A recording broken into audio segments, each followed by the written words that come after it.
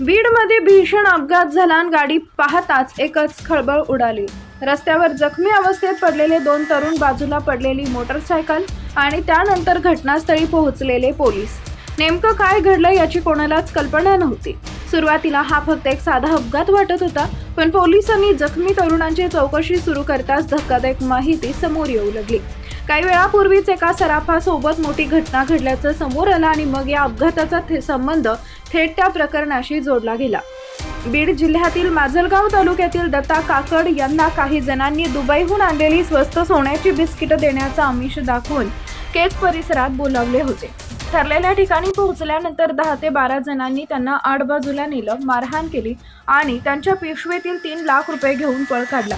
त्यातील काही आरोपी शेतातून फरार झाले तर दोघे मोटरसायकलवरून वेगाने निघाले। मात्र काही अंतरावरच त्यांच्या मोटरसायकलची एका कारला धडक झाली आणि ते जखमी अवस्थेत पोलिसांच्या हाती लागले।